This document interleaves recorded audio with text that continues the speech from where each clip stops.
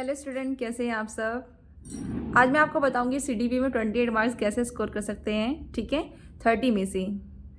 तो मैंने पहली बार में ही फर्स्ट अटैम्प्ट में जो है 28 मार्क्स लेकर आई। तो मैंने कौन कौन से टॉपिक पढ़े हैं मैं आज डिस्कस करूंगी। वीडियो के साथ बने रहिए। फर्स्ट ऑफ ऑल आपको सबसे पहले जो है ये समझना है कि हम बच्चे हैं, हमें बच्चों के अकॉर्डिंग जो है उसको उनको समझना है। जो भी पेपर मिलेगा आपको सीडीपी में, आपको चाइल्ड सेंटर्ड होना है, टीचर सेंटर्ड नहीं होना है कि आप टीचर बन के आप क्वेश्चन को सॉल्व करेंगे। आप बच्चों के फेवर में आपको आंसर देना है। तो आपको मैं बताती हूँ कौन कौन से टॉपिक जो है इसके लिए बहुत ही इंपॉर्टेंट है, कैसे आपको 28 मार्क्स आ सकते हैं। तो सबसे पहले जो है आप जो है एक टॉपिक जो है ग्रोथ एंड डेवलपमेंट पढ़िए। ग्रोथ एंड डेवलपमेंट में से 3 और 4 मार्क्स के क्वेश्चन बनते हैं। बहुत ही इंपॉर्टेंट टॉपिक है ग्रोथ एंड डेवलपमेंट। उसके बाद जो है सेकंड टॉपिक जो है stages of development. Stages of child development की कुछ स्टेजेस होते हैं, उन स्टेजेस को आप पढ़ लीजिएगा। ठीक है, उसमें से भी क्वेश्चन बहुत अच्छे बनते हैं। एक होता है हॉवर्ड गार्डनर के कुछ 8 टाइप्स ऑफ इंटेलिजेंस होते हैं, उसको आप पूरे 8 टाइप्स के इंटेलिजेंस समझ लीजिएगा, क्योंकि नियरली जो है लगभग जो है एक आधा क्वेश्चन जो है हॉवर्ड गार्डनर से क्वेश्चन पूछा ही जाता है। ठीक है, उसके बाद जो है जीन पियाजे से क्वेश्चन पूछा जाता है, कॉलबर्ग से क्वेश्चन पूछा जाता है और वाइगोत्स्की से क्वेश्चन पूछा जाता है। ये कुछ ऐसे टॉपिक्स हैं जिनमें से मैक्सिमम क्वेश्चन पूछे ही जाते हैं, जैसे कि जीन पियाजे, कॉलबर्ग से मॉरल जो कि स्टेजेस होते हैं, 3 ही स्टेजेस होते हैं, कॉलबर्ग से पूछा जाता है। और क्या कहते हैं, वाइगोत्स्की से स्कैफोल्डिंग से मैक्सिमम क्वेश्चन पूछे ही जाते हैं, अधिकतर क्वेश्चन पूछा ही जाता है स्कैफोल्डिंग से रिलेटेड। ठीक है, उसके बाद जो है आपसे सोशलाइजेशन से टाइप्स ऑफ एजेंसी होता है, जैसे कि प्राइमरी एजेंसी हो गया, सेकेंडरी एजेंसी हो गया, तो इसमें कुछ पूछ सकते हैं क्वेश्चन। और इंडक्टिव मेथड हो गया, डिडक्टिव मेथड हो गया। डिफरेंसेस आपको पता होना चाहिए कि इंडक्टिव मेथड क्या होता है, डिडक्टिव मेथड क्या होता है। इससे क्वेश्चन जो है हर पूरे 4 सब्जेक्ट में से पूछा ही जाता है। ठीक है, जैसे कि मैथ्स में भी, इंग्लिश में भी, हिंदी में भी, ईवीएस में भी और सीडीपी में भी।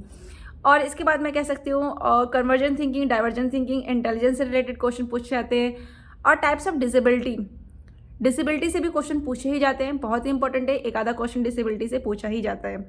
उसके बाद जो है आपको जो है ब्लूम टैक्सोनॉमी से भी क्वेश्चन पूछा जाता है। ब्लूम टैक्सोनॉमी पढ़ लीजिएगा, उसका एक चार्ट बनता है ब्लूम टैक्सोनॉमी का, उसमें से भी क्वेश्चन पूछा ही जाता है।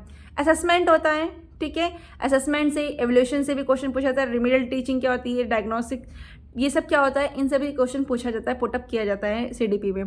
तो कुछ ये इंपॉर्टेंट क्वेश्चन टॉपिक हैं जिनसे क्वेश्चन पूछा ही जाता है। एक टॉपिक और है प्रोग्रेसिव चाइल्ड सेंटर्ड से क्वेश्चन पूछा जाता है, ये भी बहुत इंपॉर्टेंट है। और सोशलाइजेशन से प्राइमरी एजेंसी और सेकेंडरी एजेंसी, इनसे क्वेश्चन पूछा ही जाता है। इस स्टेजेस ऑफ चाइल्ड डेवलपमेंट से भी पूछा जाता है, जैसे कि इन्फेंसी हो गया, अर्ली चाइल्डहुड हो गया, मिडल चाइल्डहुड हो गया, एडोलेसेंस हो गया। ठीक है, इन सब से भी क्वेश्चन पूछा ही जाता है। तो ये जितने भी मैंने टॉपिक बताए हैं बहुत ही इंपॉर्टेंट है, इन्हें कवर कर लीजिएगा, कॉन्सेप्ट क्लियर कर लीजिएगा, क्योंकि मैं भी यही टॉपिक पढ़ के गई थी और मैंने अपने सारे कॉन्सेप्ट को क्लियर कर लिया था। और साथ के साथ मैंने प्रीवियस क्वेश्चन ईयर भी लगाए थे।